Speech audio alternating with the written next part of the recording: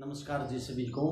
आप सब कैसे हैं? आप सभी का हमारे YouTube channel online study times पर हार्दिक स्वागत है। आप सभी को पता है हम उच्चतम न्यायालय के बारे में बात कर रहे हैं।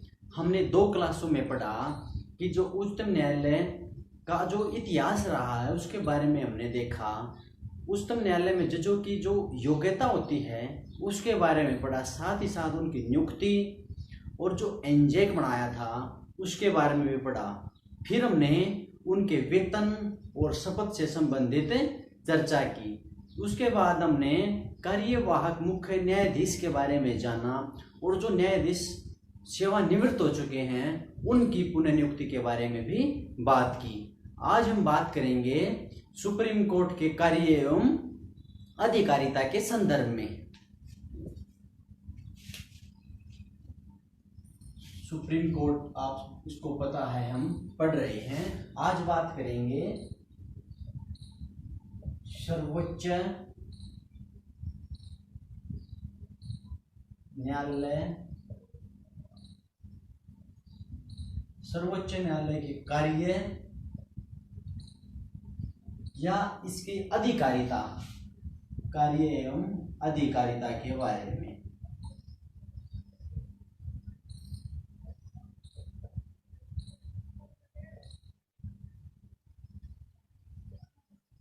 आज इसके बारे में पढ़ेंगे कि सुप्रीम कोर्ट के क्या क्या कार्य हैं, सुप्रीम कोर्ट क्या क्या करता है। अगर हम सबसे पहले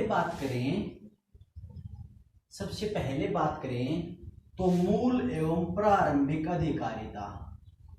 मूल एवं प्रारंभिक अधिकारिता।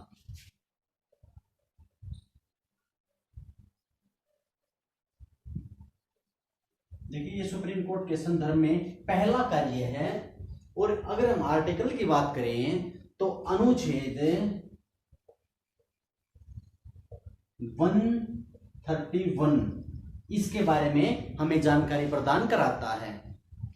देखिए जो मूल अधिकारिता या प्रारंभिक अधिकारिता होती है, ये क्या होती है?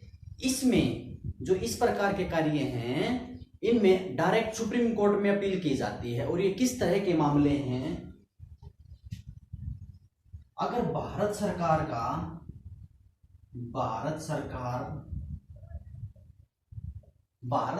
का किसी राज्य के साथ कोई विवाद हो, भारत सरकार का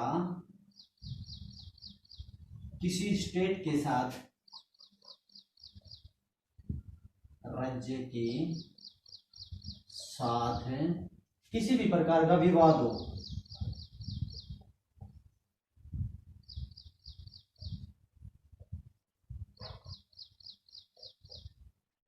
तो उस संदर्भ में सुप्रीम कोर्ट में अपील की जाती है। अगर हम दूसरी बात करें, किसी राज्य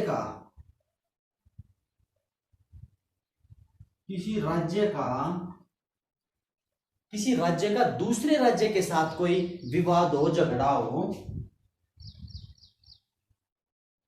दूसरे राज्य से। देखिए यहां पे लिख लेते हैं हम, भारत सरकार वर्सेज राज्य सरकार या स्टेट गवर्नमेंट, ये मुद्दा हो या किसी राज्य का दूसरे राज्य के साथ कोई विवाद हो, तो इस प्रकार के मामले सीधे सुप्रीम कोर्ट में स्टार्ट होते हैं। तो इन्हें मूल एवं प्रारंभिक अधिकारिता या कार्य क्षेत्र के ये अंतर्गत आते हैं। देखिए एक आर्टिकल है, हमने बात की थी इससे पहले कि आर्टिकल 71, आर्टिकल 71 क्या कहता है? आर्टिकल 71 कहता है कि राष्ट्रपति और उपराष्ट्रपति, राष्ट्रपति एवं उपराष्ट्रपति के चुनाव से संबंधित अगर कोई विवाद है तो वो सीधा सुप्रीम कोर्ट में जाएगा।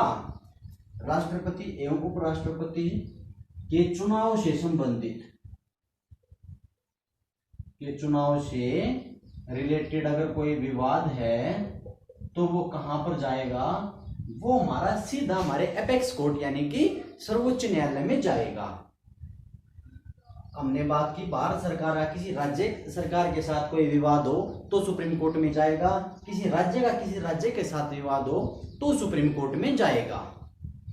देखिए, अगर किसी राज्य के साथ विवाद है तो एक राज्य जिसमें हाई कोर्ट है अगर उस हाई कोर्ट में स्टार्ट कर देते हैं मामला, तो हो सकता है संबंधित हाई कोर्ट उस राज्य का पक्ष ले ले। इसलिए किसी हाई कोर्ट में ये मामले न जाकर डायरेक्ट कहाँ जाते हैं, दिल्ली जाते हैं, यानी सुप्रीम कोर्ट में जाते हैं। तो ये बात की हमने मूल एवं प्रारंभिक अधिकार के बारे में। अगर हम दूसरे कार्य की बात करें तो दूसरा है अपीलीय अधिकारिता। सर्वोच्च न्यायालय में अपीलीय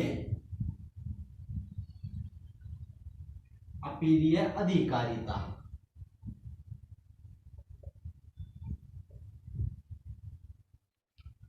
देखिए, दूसरा क्या है, ये है अपीलीय अधिकारिता।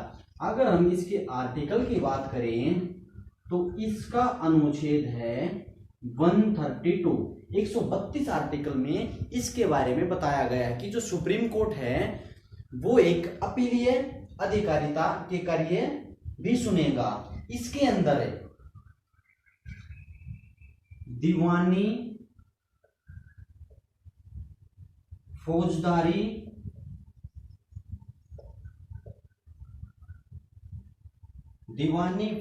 या संविधान की व्याख्या से संबंधित संविधान की व्याख्या से संबंधित जो कार्य हैं उनसे संबंधित आप हाई कोर्ट के निर्णय के विरुद्ध सुप्रीम कोर्ट में अपील कर सकते हैं। तो इसकी जानकारी दे रखी है अपीलीय अधिकारिता के अंदर। जो देखिए फौजदारी मामले होते हैं, आप सभी को पता है, वो क्रिमिनल मामले होते हैं। फिर अगर हम बात करें इसके अंतर्गत, हम कुछ बात करेंगे। पहली बात है अनुच्छेद 133, आर्टिकल 133 क्या कहता है?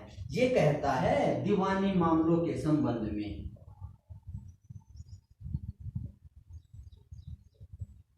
देखिए, दीवानी मामले में किसी हाई कोर्ट ने मान लो कोई डिसीजन दे दिया तो हाई कोर्ट के उस निर्णय के विरुद्ध आप सुप्रीम कोर्ट में अपील कर सकते हैं। उसकी जानकारी देता है हमें आर्टिकल 133। तो ये देता है दीवानी मामलों से संबंधित। एक आर्टिकल और है इससे अगला ही, वो क्या है? वो है अनुच्छेद 134। 134 क्या कहता है? ये कहता है कि जो फौजदारी मामले हैं, देखिए आप दीवानी मामलों को सिविल मामले भी कह सकते हैं।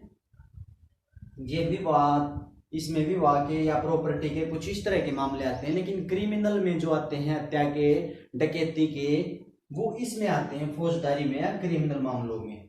तो जो इसमें आते हैं फौजदारी से संबंधित, आर्टिकल 134 कहता है कि फौजदारी के संबंध में जो मामले हैं, अगर किसी हाई कोर्ट ने कोई निर्णय दिया है तो उस हाई कोर्ट के निर्णय के विरुद्ध आप सुप्रीम कोर्ट में अपनी अपील कर सकते हैं। तो आर्टिकल 134 कहता है इस बात के बारे में। लेकिन इसमें दो शर्तें हैं। फौजदारी जो मामले हैं उनमें हाई कोर्ट के निर्णय के विरुद्ध आप सुप्रीम कोर्ट में तभी अपील कर पाओगे जब आप दो शर्तों को कंप्लीट करोगे। वो दो शर्त क्या क्या हैं उसके बारे में हम बात करेंगे। देखिए, दो कंडीशन में से पहली कंडीशन क्या है? पहली कंडीशन है कि अगर मान लो, अगर सेशन कोर्ट में कोई मामला चल रहा है, कहां पर? सेशन कोर्ट में।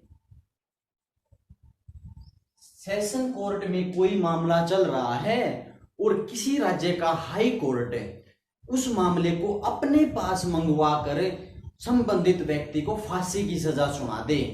क्या करे? अगर सेशन कोर्ट में कोई मामला चल रहा है, कोई मुकदमा चल रहा है और हाई कोर्ट उसको अपने पास मंगवा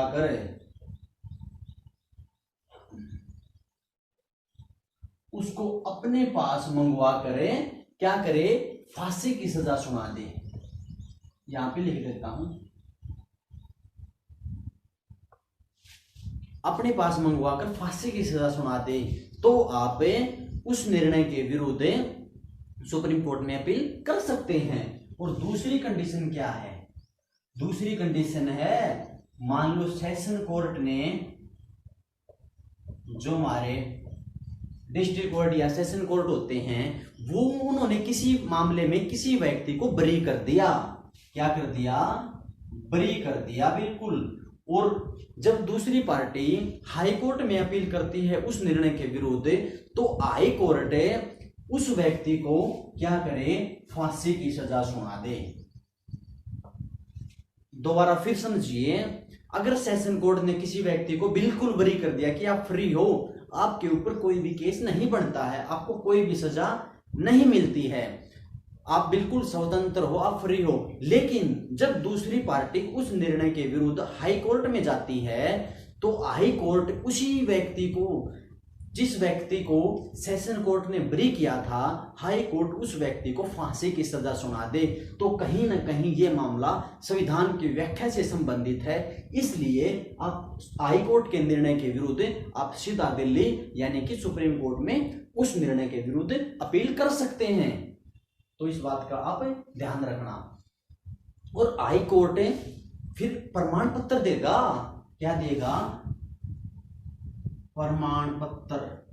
देखिए, ये प्रमाण पत्र क्या होता है?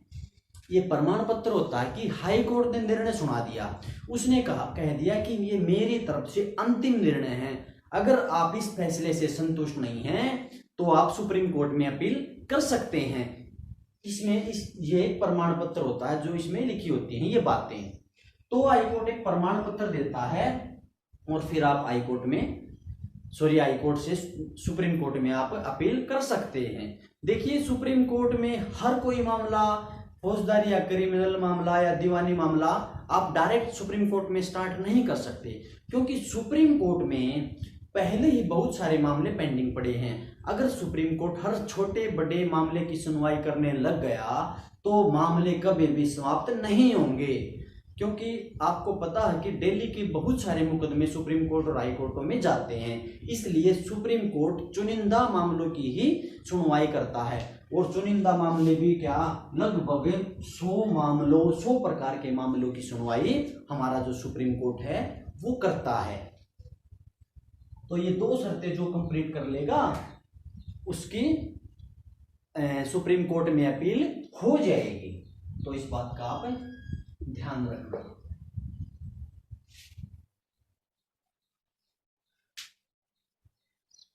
देखिए, एक होती है SLP, स्पेशल लीव पिटिशनर, यानी विशेष याचिका। विशेष याचिका, अगर हम SLP भी बोल सकते हैं आप इसको, स्पेशल लीव पिटिशनर, SLP। और अगर हम अनुच्छेद की बात करें तो आर्टिकल 136 में इसके बारे में जानकारी मिलती है। ये SLP क्या होती है? तो ये SLP होती है, इसमें आप ये बोल सकते हैं कि जो संविधान की व्याख्या से संबंधित, संविधान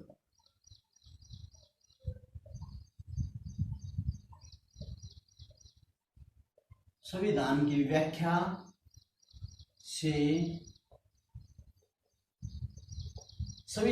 व्याख्या से संबंधित उच्चतम न्यायालय ने जो निर्णय दिया है, सुप्रीम कोर्ट ने जो निर्णय दिया है, अथवा और हाई कोर्ट ने अगर प्रमाण पत्र नहीं दिया है, हाई कोर्ट ने अगर प्रमाण पत्र नहीं दिया हो तो आप एसएलपी दायर कर सकते हैं। और ये सुप्रीम कोर्ट के ऊपर है कि वो आपकी एसएलपी को एक्सेप्ट करता है या नहीं करता है।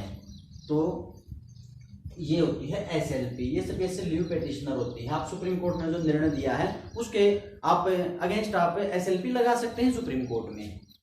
और अगर हाई कोर्ट ने प्रमाण पत्र देने से मना कर दिया तो तब भी आप एसएलपी लगा सकते हैं। तो ये होती है स्पेशल लीव पिटिशनर। इसके बाद अगर हम बात करें तीसरे कार्य की, जो हमारे सुप्रीम कोर्ट से संबंधित थर्ड कार्य है वो क्या है, देखिए वो है निर्णयों की समीक्षा करना। निर्णयों की समीक्षा करना, यानी कि रिव्यू ऑफ द जजमेंट। इसमें क्या होता है, इसमें होता है सुप्रीम कोर्ट ने कोई निर्णय पहले दे दिया और फिर कुछ नए तथ्य जुड़ गए या नए तथ्य आ गए तो फिर सुप्रीम कोर्ट अपने निर्णयों की समीक्षा कर सकता है।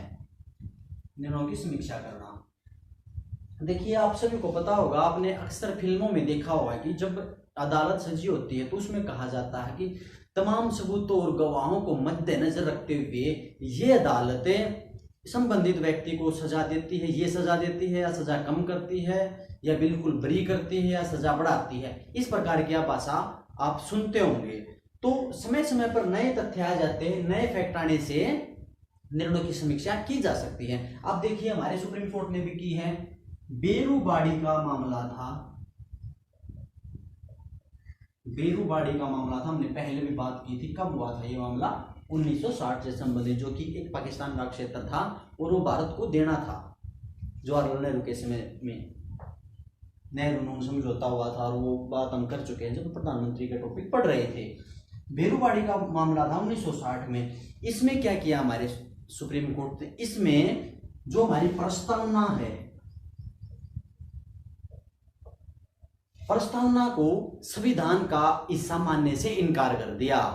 और फिर जो केशवानंद भारती का मामला था, केशवानंद भारती बनाम केरल राज्य, ये कब हुआ था, इसकी जजमेंट कब आई थी आप सभी को पता, 1973 में आई थी, 24 अप्रैल 1973 को।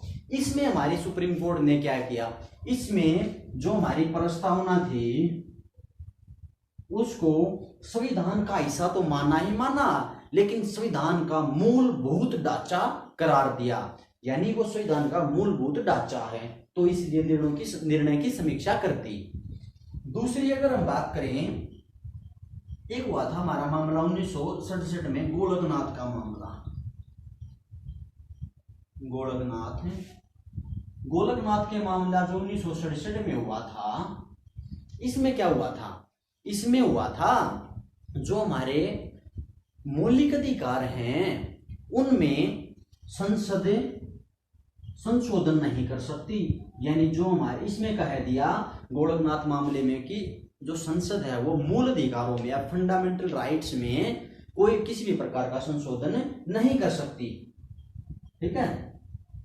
लेकिन फिर उन्होंने निर्णय की समीक्षा की और केशवानंद भारती वाले मामले में कह दिया कि हमारी जो संसद है वो मौलिक अधिकारों में संशोधन कर सकती है, लेकिन उसके जो मूल ढांचा है उसमें कोई भी सुधार या संशोधन नहीं कर सकती है। तो ये निर्णयों की समीक्षा हमारी सुप्रीम कोर्ट ने समय समय पर की है। लेकिन हाई कोर्ट के पास ये पावर नहीं है, आप याद रखना। जो हमारे उच्च न्यायालय हैं उनके पास ये शक्ति नहीं है। क्योंकि उनके पास क्यों नहीं है, क्योंकि हाई कोर्ट के निर्णय के विरुद्ध आप सुप्रीम कोर्ट में जा सकते हैं, इसलिए उनको ये पावर नहीं है। तो ये बात की हमने निर्णयों की समीक्षा से संबंधित। अब हम बात करेंगे, अब हम बात कर लेते हैं, एक होता है उपचारात्मक याचिका। उपचारात्मक याचिका, देखिए ये उपचारात्मक याचिका क्या होती है। इसमें किसी व्यक्ति के प्राकृतिक न्याय का अगर उल्लंघन हुआ है तो वो एसएलपी खारिज होने के बाद उपचारात्मक याचिका दायर कर सकता है। अब फिर सुनिए क्या कहा गया उपचारात्मक याचिका में। अगर किसी व्यक्ति ने एसएलपी डाली वो भी खारिज होगी, तो एसएलपी खारिज होने के बाद अगर किसी व्यक्ति के प्राकृतिक जो न्याय है उनका उल्लंघन हुआ हो तो वो उपचारात्मक याचिका सुप्रीम कोर्ट में जारी कर सकता है। मान लो जब एसएलपी उसने लगाई थी तो हो सकता है उस समय संबंधित जो न्यायाधीश था उस केस से पर्सनल इंटरेस्ट रहे हैं और उसने किसी का पक्ष ले लिया हो, तो उसके बाद यह उपचारात्मक याचिका जारी की जा सकती है। सबसे पहले 2002 में रूपाहुरा वर्सेज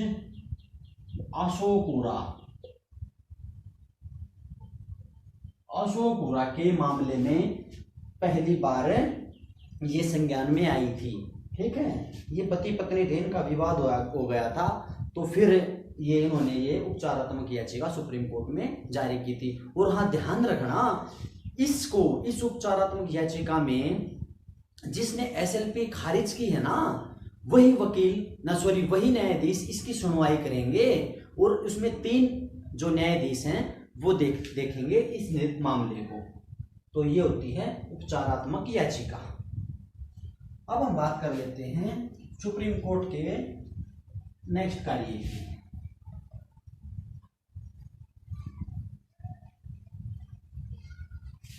देखिए, अगर हम अगला कार्य है 4th,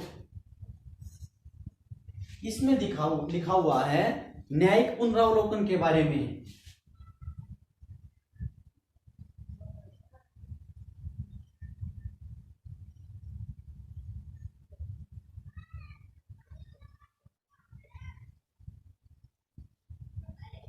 न्यायिक पुनरावलोकन, देखिए अगर कोई विधि, मान लो अगर कोई संसद है या कोई हमारा राज्य विधानमंडल कोई ऐसी विधि बनाता है जो संविधान का उल्लंघन करती है, तो हमारा सुप्रीम कोर्ट है उस विधि को समाप्त कर सकता है। ठीक है, उस कानून को समाप्त कर सकता है जो हमारे संविधान का उल्लंघन करता पाया गया। आपको पता होगा एनजैक के संबंध में समस्त 99 संविधान संशोधन को हमारे सुप्रीम कोर्ट ने रद्द कर दिया था, समाप्त कर दिया था। तो ये है न्यायिक पुनरावलोकन। कोई ऐसी विधि है जो हमारे संविधान का उल्लंघन कर रही है, उसको पूरी तरह से समाप्त कर देगा हमारा सुप्रीम कोर्ट, ये पावर उसके पास है। लेकिन इसमें 2 शर्तें हैं। पहली शर्त क्या है? पहली शर्त है 24 अप्रैल 1973, क्योंकि आप सभी को पता है ना कि इसमें हमारा जो केशवानंद भारती वाले मामले में जजमेंट आया था। तो इस तारीख से पहले का अगर कोई मामला है और वो 9वीं शेड्यूल में पड़ा है, 9th अनुसूची में पड़ा है, तो उसको हमारा सुप्रीम कोर्ट छू नहीं सकता। ठीक है, उसमें कोई भी फेरबदल नहीं कर सकता, उसको समाप्त नहीं कर सकता, क्योंकि वो इस तारीख से पहले का जजमेंट हो और वो 9वीं अनुसूची में पड़ा है। आप सभी को पता है 9वीं अनुसूची के पड़े विषयों सुप्रीम कोर्ट के क्षेत्राधिकार से बाहर हो जाते हैं।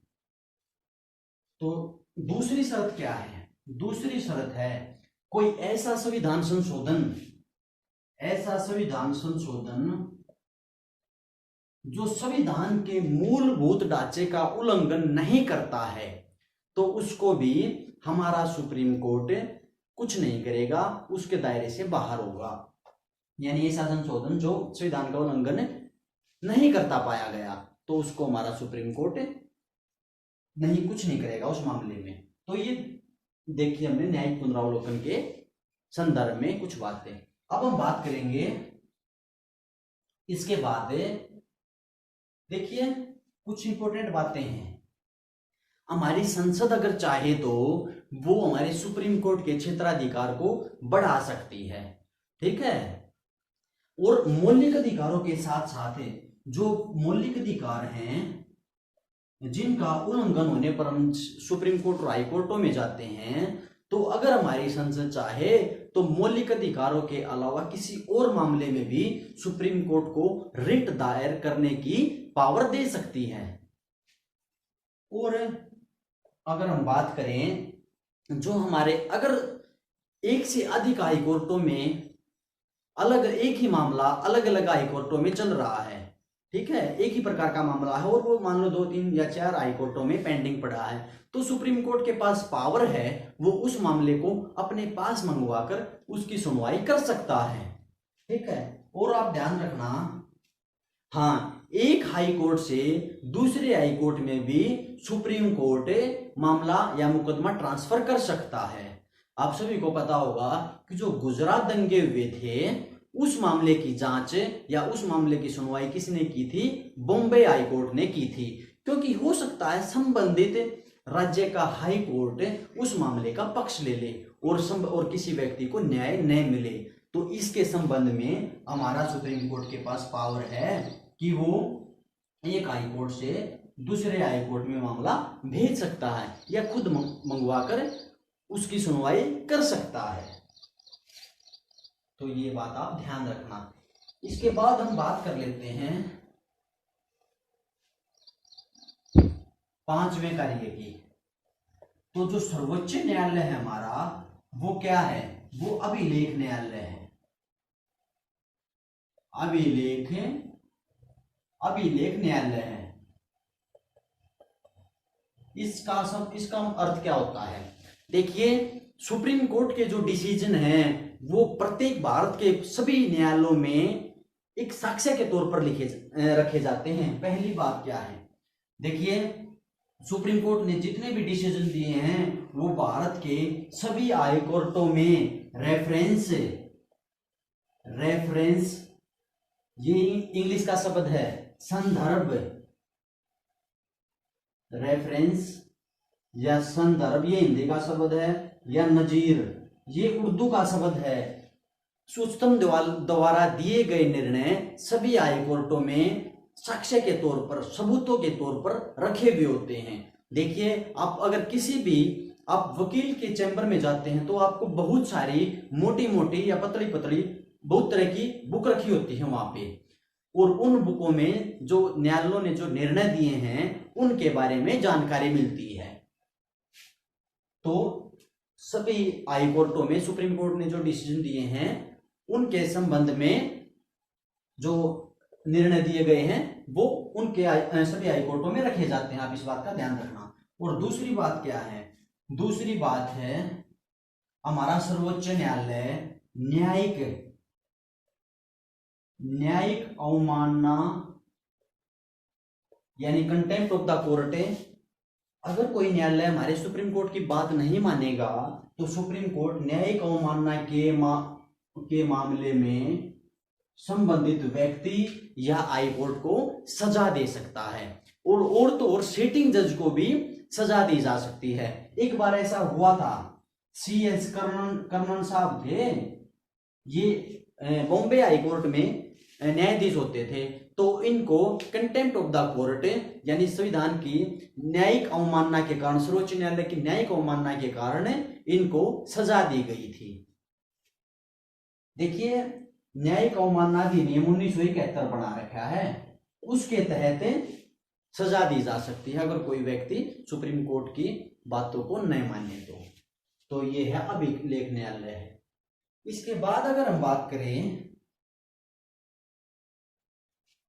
6 कार्य की, छठा कार्य है जो हमारा सुप्रीम कोर्ट है, वो हमारे जो फंडामेंटल राइट्स है, मौलिक अधिकार हैं, उनका रक्षक होता है।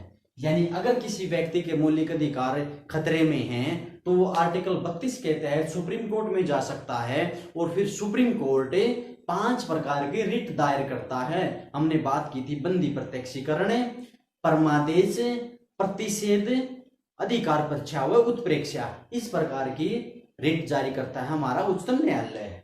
तो ये हमारे जो फंडामेंटल राइट्स हैं उनका भी क्या होता है? रक्षक होता है। इसके अलावा हम कुछ पॉइंटों पे और बात कर लेते हैं।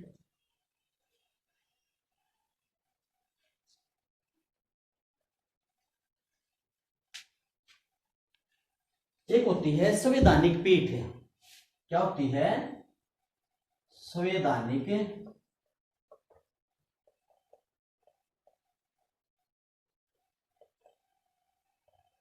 Constitutional bench.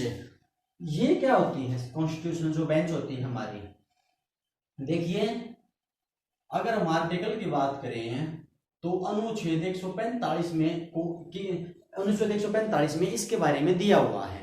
देखिए, संविधान की व्याख्या से संबंधित अगर कोई मामला है तो यह एक संवैधानिक पीठ बनाई जाएगी, यानी एक कॉन्स्टिट्यूशनल बेंच बनाई जाएगी और वो बहुमत से अपना निर्णय लेगी।